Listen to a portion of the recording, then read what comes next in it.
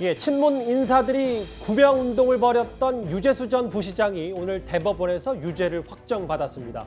현재 진행 중인 조국 전 장관의 감찰 부마 의혹 재판에도 적지 않은 영향을 미칠 것 같은데요. 화면부터 보겠습니다.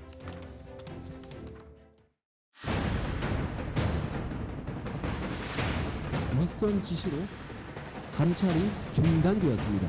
유재수 국장은 수사 의뢰는커녕 징계조차 받지 않았고 감찰 무마 부탁하고 있었으니까 조국 전 장관보다 있었습니까? 공천 대가성 없었다는 입장 그대로 유지하고 계십니까?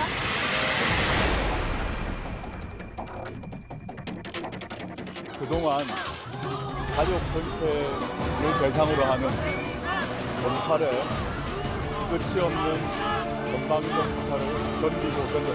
혹독한 시간이었습니다. 저는 검찰의 영장 신청 내용에 동의하지 못합니다. 오늘 법정에서 판사님께 소상히 말씀드렸습니다. 철저히 법리에 기초한 판단이 있을 것이라고 희망하며 또 그렇게 믿습니다.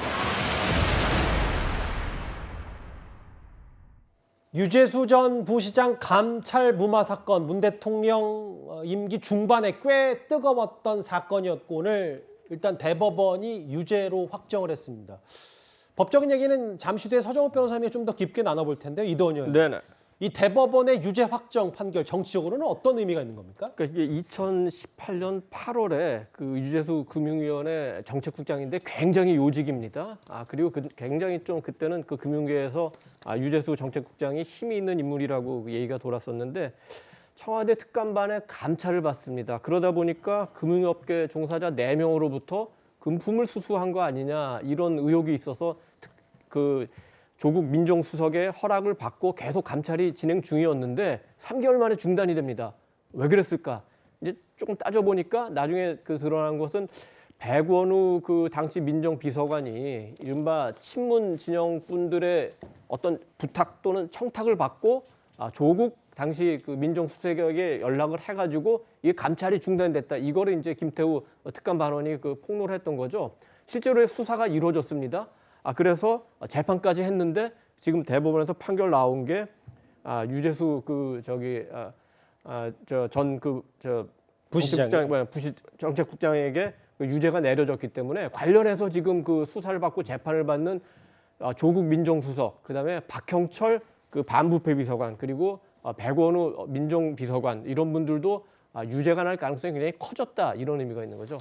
당시 이제 친문 인사들이 이른바 그 청와대 혹은 뭐 여권 인사들이 구명운동에 적극적으로 나섰고 이게 부메랑이 됐다. 뭐 이런 법원의 판단들도 있는데요. 저 서정호 변호사님. 예. 지금 조국 전 장관도 이 감찰무마 혐의로 1심 재판 중이잖아요. 유재수 전 부시장의 유죄가 확정이 됐다. 어느 정도 재판에 영향을 미칠 거라고 보십니까? 거의 절대적인 영향을 준다 봐야죠. 왜냐하면 이게 공무원이요. 예. 100만 원 이상밖에 받으면 바로 이제 그 파면입니다. 그리고 이제 이거는 지금 집행유예를 받았잖아요. 집행유예 받으면 이게 바로 파면이에요. 예. 그럼 이게 파면되면 5년간 공무원을 못 합니다. 5년 동안.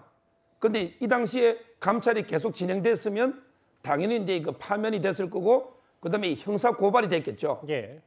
근데 이걸 사표만 받고 그냥 이게 무마한 겁니다. 이게 바로 직권남용 혐의로 지금 이게 재판받고 있는 내용이고 그때 만약에 그 사표 수리 안 하고 이게 계속 감찰했으면 부시장은 이게 갈 수도 없는 이런 사안입니다. 따라서 저는 이번에 그 유재수 이분이 4,950으로 집행유예 받은 거는 그만큼 이게 그 감찰을 무마시킨 게 재질이 커지는 이런 이게 효과가 있기 때문에 조국 전 장관 그 세 분의 재판에도 상당히 절대적 영향을 줄 수밖에 없다. 예. 이렇게 보는 거죠. 예. 지금 감찰무마 혐의로 조 전 장관도 재판 중인데요. 일단 유재수 전 부시장이 오늘 유죄 확정 판결을 받았습니다. 조 전 장관 부인 정경심 교수는 지금 대법원 확정 판결을 받고 수감 중입니다. 그런데 정경심 교수 관련해서 한 민주당 인사가 최근 근황을 공개했는데요. 화면을 잠시 준비했습니다. 정봉주는 감옥 갔다 온 줄 모르는 사람들이 지금 90%예요. 그런데 감옥 안 갔다 온 줄 알아요, 다들. 너무 젊고 혈색이 좋으셔서 그렇습니다. 이거 감옥 갔다 오면 좀 슬프고 그렇죠. 불쌍해 보여야 되잖아. 심지어 식스팩 만드시지 않으셨어요 예. 거기서? 식스팩. 그 교도소에서 쓴 그 책. 예. 예. 그건 지금도 그게- 팔렸고 1년에 한 번씩 인세가 들어와요. 자, 왜냐면 교도소 필독서거든 그게. 조국 교수가요. 정경심 교수한테 놓줬잖아 이거를. 조국 교수가 직접 얘기하더라고.